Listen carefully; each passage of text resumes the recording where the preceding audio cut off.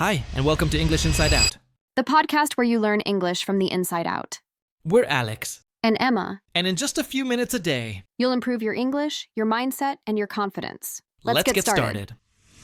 You know what's interesting, Emma? Most people don't say, I don't know English. They say, I can't speak English. Yes, that difference is huge. Because deep down, they know they have some English. They just can't access it when they need it the most. And that's usually in very normal situations. Not a test, not a classroom. Just real life. Like ordering coffee. Exactly.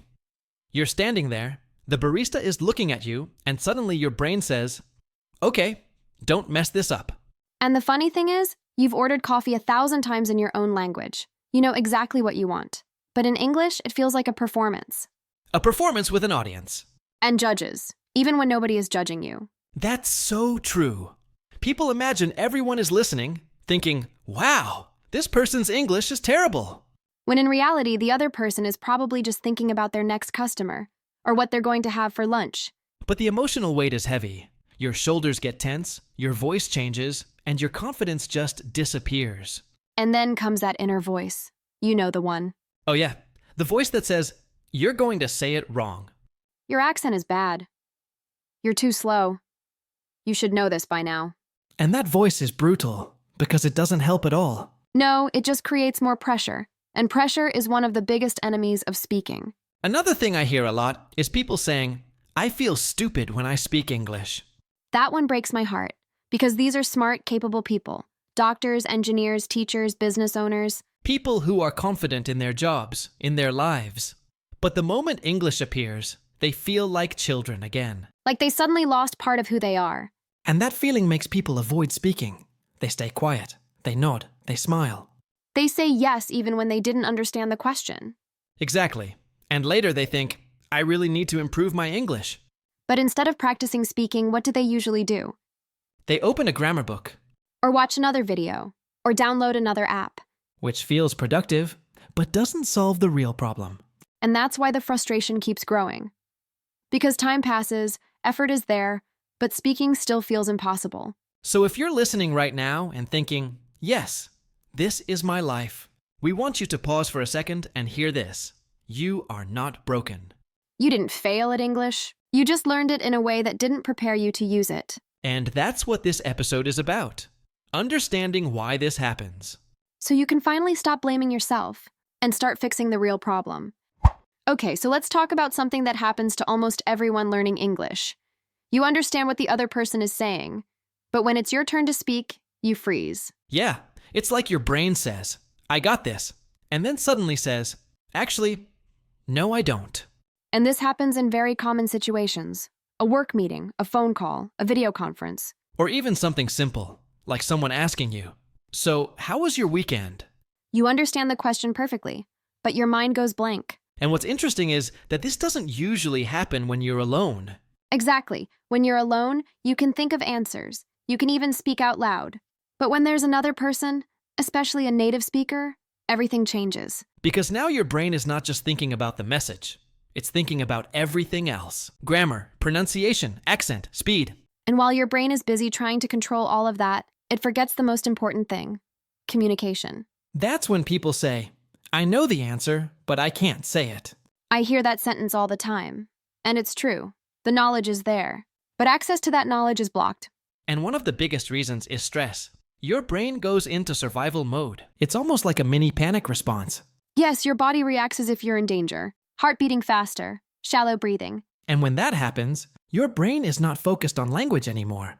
It's focused on don't fail, which is ironic because that's exactly what makes you freeze. Another very common situation is when people say, "Can you repeat that, please?" Oh yeah, you ask them to repeat, and they do. You understand it the second time, but you still can't answer. And then comes that awkward silence. That silence feels like forever, even if it's only 2 seconds. And in your head, you're building the perfect sentence. But while you're building it, the conversation moves on. And you miss your chance. So you tell yourself, next time I'll be faster. But next time comes, and the same thing happens. Because the problem is not speed, it's pressure. And unrealistic expectations. People expect themselves to speak English the same way they speak their native language. With the same fluency, the same personality, the same confidence, But that's not fair. Not at all. You didn't learn English the same way you learned your first language, and yet you judge yourself as if you did. So if you're listening and thinking, yes, I freeze when I need to speak, we want you to understand something very important. Freezing doesn't mean you don't know English. It means your brain hasn't learned how to retrieve English under pressure, and that is a skill. A skill that can be trained. And we'll talk about how later in this episode. You know, Emma, fear of making mistakes doesn't usually appear in big, dramatic moments. It shows up in very normal situations. Exactly. Small moments, but with big impact. Like at work. Imagine you're in a meeting, you understand everything, and then your manager asks, "What do you think?" And suddenly your brain says, "Say something, but say it perfectly." So instead of sharing a simple idea, you start building a complex sentence in your head. And while you're doing that, someone else speaks, and you stay quiet. Later you think, I could have said that. It was easy. But fear stopped you. Another classic situation is restaurants. Oh yes, ordering food is a big one. You know what you want, but you're afraid of saying it wrong. So you point at the menu. Or you say just one word, chicken, and you avoid full sentences. Because full sentences feel risky. Even asking simple questions like, can I change this? Or, does this come with fries? People think, what if I say it wrong and they don't understand? And instead of trying, they stay silent. Traveling is another big one. Airports are full of fear, security, check-in, immigration. You rehearse the sentence in your head before speaking. And if the person asks a different question, panic. Because now the script is gone. That's when people say, I wasn't prepared for that. But real conversations are never fully prepared. Another very common situation is small talk. Yes, those short, informal conversations, like in an elevator or before a meeting starts. Someone says, "Nice weather today, huh?" And you freeze. Not because it's difficult, but because you're afraid of sounding strange. So you smile, maybe not, and the conversation ends. And these moments add up. They slowly teach your brain that silence is safer. I also see fear in online situations. Voice messages. Yes, people hate sending voice messages in English. Because you can replay them and judge yourself. So people write instead, even when speaking would be faster and more natural. And let's talk about mistakes that already happened. Oh, those stay in your memory forever. Someone laughs, someone corrects you, or you say something wrong and realize it later. Your brain stores that as a warning. Don't do that again. But the lesson your brain should learn is different. Yes, it should learn, I survived. Nothing bad actually happened. The conversation continued. Life went on, and most people forgot about it in 5 minutes. But learners don't forget. They replay it over and over. So the next time they want to speak, fear shows up again. And here's the truth. Confidence doesn't come before speaking. It comes from speaking. From trying, failing, adjusting, and trying again. So if you're avoiding speaking because you're afraid of making mistakes, you're not protecting your English. You're blocking it. And the only way out is through real imperfect conversations. All right, let's move to another very common reason why people can't speak English. Translation. Yes, that constant habit of translating everything in your head. You hear something in English. Your brain translates it to your native language. Then you create the answer in your native language.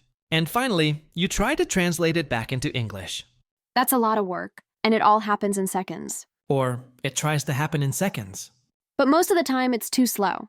That's when people say they speak too fast. But the problem is not speed. It's the process.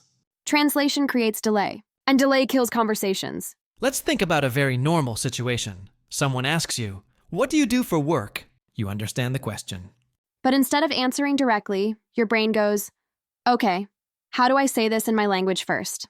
Then you think of a perfect sentence, and then you try to translate it. By the time you're ready, The moment is gone. Or you start speaking and stop in the middle because the translation breaks. Another classic example is telling a story. oh yes, stories are hard when you translate. You want to explain what happened yesterday. You know the story very well. But in English, everything feels messy. Because your language structures are different. Word order, expressions, timing. So you stop, restart, change sentences. And you feel frustrated. People often think, I need more vocabulary. But vocabulary is not the main issue. The main issue is that your brain is not used to thinking in English, and translation becomes a safety habit. It feels safe because it's familiar, but it limits fluency. Another daily situation? Phone calls. Phone calls are brutal for translators because there are no visual clues, no facial expressions, no time to prepare. You can't pause and think for too long. So people avoid phone calls. They prefer emails or messages. Which again, avoids speaking, and reinforces the habit of translation. There's also the problem of perfect sentences. When you translate, you want the sentence to be perfect because you're comparing two languages, and that creates even more pressure. Native speakers don't translate. They just react. They don't build sentences from scratch. They use patterns, chunks of language. And learners who translate don't have access to those patterns yet. So speaking feels slow and exhausting. And after a conversation, people say, "I'm tired," because translation is mentally tiring. So if you feel exhausted after speaking English, it's probably because you're translating. And the goal is not to stop translating overnight, That's impossible. but to slowly reduce it. And we'll talk about how to do that later. For now, just know this. If you translate everything in your head, you're not bad at English. You're just using a process that makes speaking harder. All right, this next one is very important. And for a lot of people, it's uncomfortable to hear. Yeah, because it challenges the way most of us learned English. You didn't really learn English to communicate. You learned English to pass tests. Grammar rules, verb tenses, exercises, fill in the blanks, multiple choice questions, but very little real conversation. And that creates a big gap. A gap between knowing the rules and being able to speak. I hear this all the time. I know grammar, but I can't talk. Which sounds crazy, but makes perfect sense. Because grammar is knowledge, speaking is a skill, and skills are built differently. Let's think about how people usually study grammar. They learn the present perfect.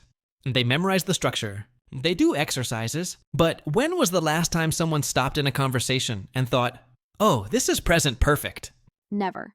Conversations don't work like that. Native speakers don't calculate tenses. They just speak. Another common situation is when learners try to build sentences while speaking. Yes, word by word. Subject, verb, object, checking each piece. And that slows everything down because grammar study teaches you to be careful. But conversation requires speed and flexibility.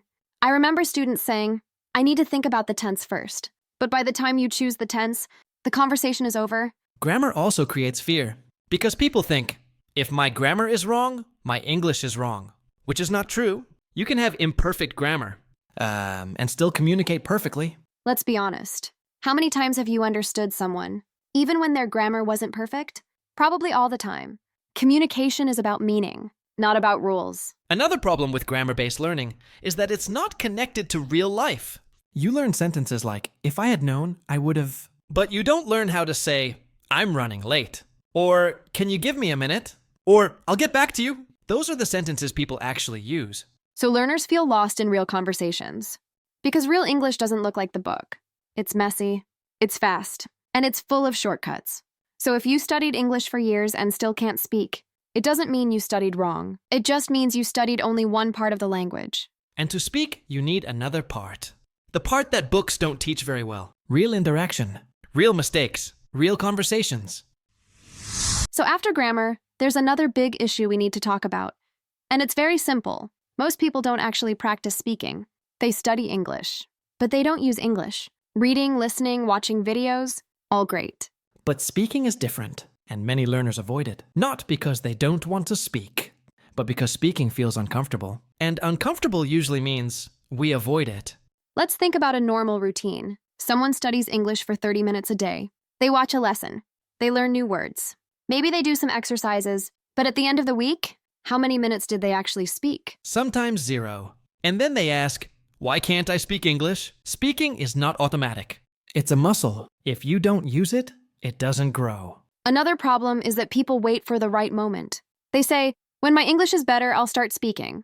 But speaking is what makes your English better. So they get stuck in a loop. Study more, speak less.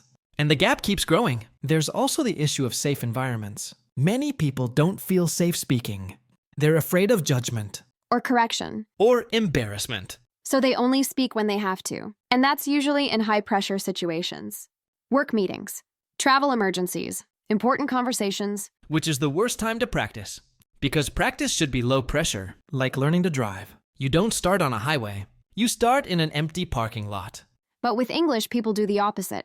They study in private and perform in public. Another common situation is people speaking only in class, once or twice a week, for a few minutes. Imagine learning to play the guitar like that. You'd know the theory, but your fingers wouldn't move. And speaking works the same way.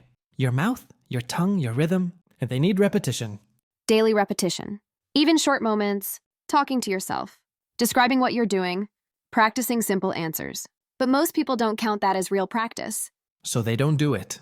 And then months or years go by, and speaking still feels foreign. So if you feel like English lives only in your head and not in your mouth, it's probably because you haven't had enough real speaking practice. And the good news is, this is one of the easiest problems to fix. Not easy emotionally, but simple in theory. Speak more, even if it's imperfect. One thing people don't realize is how often English appears in very simple, everyday situations. Yes, it's not just business meetings or international trips. English shows up in small moments. Moments where you don't have time to prepare. Let's start with something basic, small talk. People underestimate small talk, but it's everywhere. At work, before meetings start. In elevators. At events. Someone says, "Hey, how's it going?" And learners panic. Because it's not a real question. It's a social moment, and those moments require automatic responses, not perfect grammar. Another very common situation is customer service. Calling a company or receiving a call. You don't control the questions, and that's stressful. You might hear things like, "Can I put you on hold?" Or, "Could you verify your information?" And if you're not used to hearing those phrases, you freeze. Travel situations are full of English. Hotels, airports, car rentals, and things rarely go exactly as planned. That's when English is really tested. When you need to explain a problem. My flight was canceled. There's an issue with my room. My luggage didn't arrive. These are stressful situations even in your own language. In English, they feel overwhelming. Another everyday situation is technology, apps, devices, software updates, error messages. A lot of this is in English, and people understand it when they read, but struggle to explain it out loud, like asking for help. Something's not working. I can't log in. I forgot my password. Very basic, but very real. Social situations are another big one. Meeting new people, introductions, talking about yourself, where you're from, what you do, what you like. People think these are easy topics, but they're personal. And personal topics increase pressure. You want to represent yourself well, and that pressure makes speaking harder. Another moment people forget about is online communication. Video calls, virtual meetings, remote work. There's no time delay to think. You need to react. And if you're not used to that, you feel behind. So you turn off the camera or stay muted. And once again, you avoid speaking. All these situations have one thing in common. They are unpredictable. And real language is unpredictable. You can't memorize conversations for real life. You need flexibility. And that only comes from exposure, from being in these situations again and again. So if you feel like English always catches you by surprise, that's normal. It just means you need more real-life practice.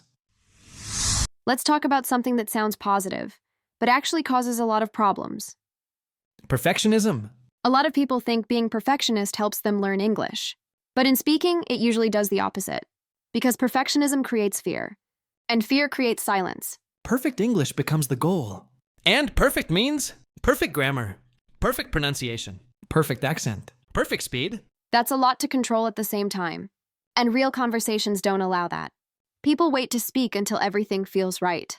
But everything is never right. So they keep waiting. I've heard people say, "I'll start speaking when I lose my accent," which is sad because accents are normal. And accents don't stop communication. Lack of confidence does. Another common situation is people apologizing before speaking. "Oh, my English is bad," but that apology already puts pressure on you. And on the listener. And usually, your English is not bad at all. It's just not perfect. But perfect is not the goal. Clear is. Another example is people restarting sentences. Yes, they start speaking. Stop. Restart. Change the sentence. Because they didn't like how it sounded. That breaks fluency and makes you look less confident. Even if your idea is good. Perfectionism also makes people compare themselves with native speakers, with fluent friends, with influencers online. And comparison kills motivation. Because you only see the result, not the process. You don't see the mistakes behind fluency or the years of practice. Another everyday situation. Pronunciation. People repeat a word in their head many times before saying it, and by the time they say it, the conversation has moved on. They miss opportunities because they wanted the word to sound perfect. But sounding perfect is not necessary. Being understood is. Native speakers are very used to accents. They care about the message, not about perfection.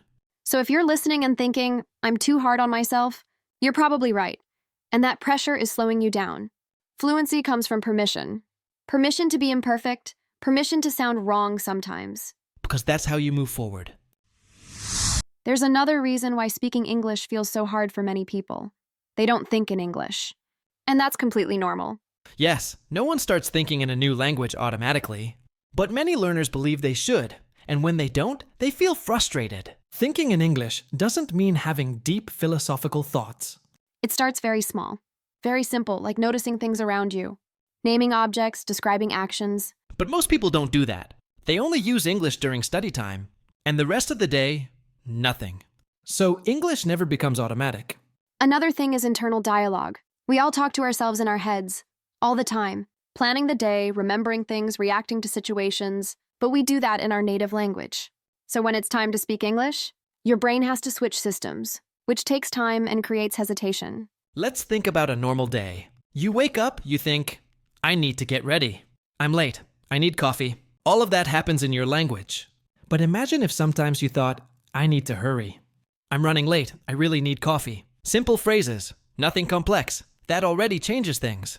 Because English becomes part of your routine. Another example is decision-making. Choosing what to eat, planning your weekend, thinking about work. Those are opportunities to think in English, but most learners don't see them. They think thinking in English requires fluency, but fluency comes after thinking in English, not before. You know what's funny, Emma? People think the main reason they can't speak English is vocabulary. Yes, they always say, I need more words. But in reality, that's usually not the real problem. I've seen people with very limited vocabulary, speaking confidently, holding conversations and being understood. And I've seen people with huge vocabularies who barely speak because they don't trust themselves. Confidence changes everything. It changes how you use the words you already know. Let's think about a simple example. Two people want to explain the same idea. One person uses simple words, but speaks clearly and confidently. The other uses complex words, but hesitates, apologizes, and doubts every sentence. Who communicates better? Usually the first person. Because confidence makes the message stronger. Another common situation is when people forget a word. That happens to everyone, even native speakers. But confident speakers do something different. They don't stop. They explain the idea with other words. They gesture, they keep going. Less confident speakers stop completely. They think, if I don't know the exact word, I can't speak. And that's not true. Communication is flexible. Vocabulary is a tool, not a prison. Another example is repeating yourself. Confident speakers repeat ideas naturally. They rephrase, they adjust.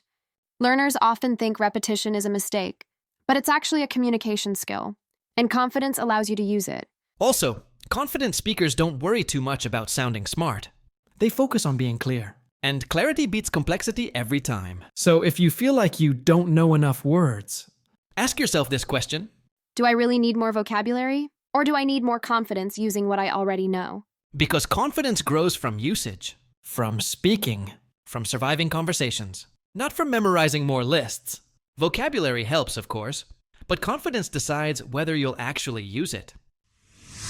This part connects everything we've talked about so far. Yes, because many people see English as information, something you store in your head. Rules, words, structures. But speaking English is not knowledge. It's a skill, and skills work differently. You don't learn a skill by reading about it. You learn it by doing it. Think about driving. You can study traffic rules for years, but the first time you drive, you're still nervous because your body needs practice. Speaking is similar. Your mouth needs practice. Your ears need practice. Your brain needs practice reacting in real time. That's why people say, I know English, but I can't speak it. They have knowledge, but not the skill. Another example is sports. You can watch videos, learn techniques, understand strategies. But until you play, your body won't respond naturally. And speaking requires physical coordination, sounds, rhythm, intonation. Those don't come from books. They come from repetition and mistakes. Lots of mistakes. Another problem is that people expect instant results because they're used to tests. You study, you pass. But skills don't work like that. You don't pass speaking. You improve gradually, sometimes slowly, sometimes with setbacks. And that's normal. So if you're frustrated because you know a lot, but don't feel fluent, it's because knowledge is ahead of skill. And the solution is not more information. It's more practice. Real, active, uncomfortable practice. That's how skills are built. Okay, so after all these problems, Let's talk about solutions. Yes, small changes. Nothing extreme. But powerful. The first shift is very simple. Stop waiting to feel ready. You will never feel 100% ready, and that's okay. Speaking before you feel ready is part of the process. Another important shift is allowing yourself to speak badly. Yes, on purpose. Bad English is better than no English. Every time you speak badly, you're still training the skill. Another shift is responding even when you're not sure. Instead of staying silent, say something, even if it's simple. Silence doesn't help you improve. Another big shift is changing how you study. Less passive learning. More active use. Instead of just watching videos, pause and repeat. Answer questions out loud. Create your own examples. Another powerful shift is using English in your daily life. Not only in study time, talk to yourself. Describe what you're doing. React in English. Small moments add up. Another shift is changing your relationship with mistakes. Mistakes are feedback, not failure. If someone understands you, you succeeded. Grammar can be fixed later. Communication comes first. And finally, one more important shift. Consistency over intensity. 10 minutes every day is better than 2 hours once a week. Skills love consistency, and English is a skill. If you've listened to this whole episode, there's one thing we really hope you understand.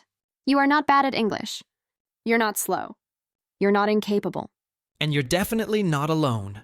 Struggling to speak English doesn't mean you failed. It means you learned in a way that didn't focus on speaking. And that can be changed. Little by little, conversation by conversation, mistake by mistake. We want you to stop asking, why can't I speak English? And start asking, what can I do today to speak a little more? Not perfectly, just a little more. Say one extra sentence. Answer one extra question. Think one extra thought in English. Those small actions matter. Because fluency is not a moment, it's a process. And every speaker you admire was once exactly where you are now. So be patient with yourself. Be kind to yourself. And most importantly, keep speaking, even when it's uncomfortable. Because that's where real progress lives. Thanks for listening. And we'll see you in the next episode.